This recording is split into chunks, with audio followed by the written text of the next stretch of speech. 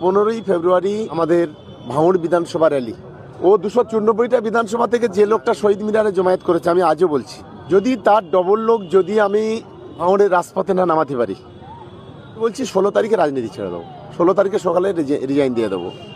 আমি আজকে চ্যালেঞ্জ করে বলছি, বিধানসভার লোক থাকবে না, আপনি সমস্ত শুধু ভাঙড়ের লোক থাকবে, শুধুমাত্র ভাঙড়ের লোক থাকবে, ভাঙড়ের বাইরে কোনো লোক থাকবে না।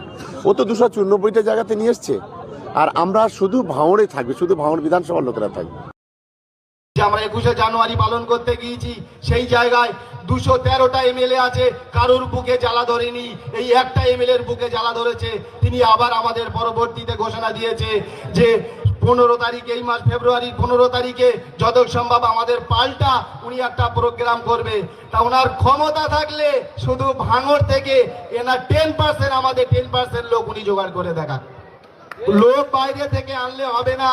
আমরা পারি, আমরা ঘটপুকুরে দাঁড়িয়ে থাকতে, আমরা পারি, আমরা সরু বলে দাঁড়িয়ে থাকতে, হাড়োয়ায় দাঁড়িয়ে থাকতে, আমরা করি না কেন? মানুষ জানে, আর তোমাদের চরিত্র আসল সঠিক জানে, কোথা থেকে লোক আনো পুলিশ প্রশাসন জানে। কেন জায়গায় জায়গায় তো ওনাদের সিকিউরিটি দিতে হয় না? দিনের শেষে ওনারাই বলে কোথা থেকে লোক এসছে। আর ভাঙড়ের মানুষ, ভাঙড়ের বুথে বুথে খবর নিয়ে দেখো, একটা বুথে 2 জন 3 জন 5 জনের বেশি ওনাদের কর্মী নেই। ওই জন্য তো বলে বেড়াচ্ছে খেতে না হয় খামারে বলাবো। তো খামারে এসে দেখবেন আমাদের নওশাদ সিদ্দিকী ভাই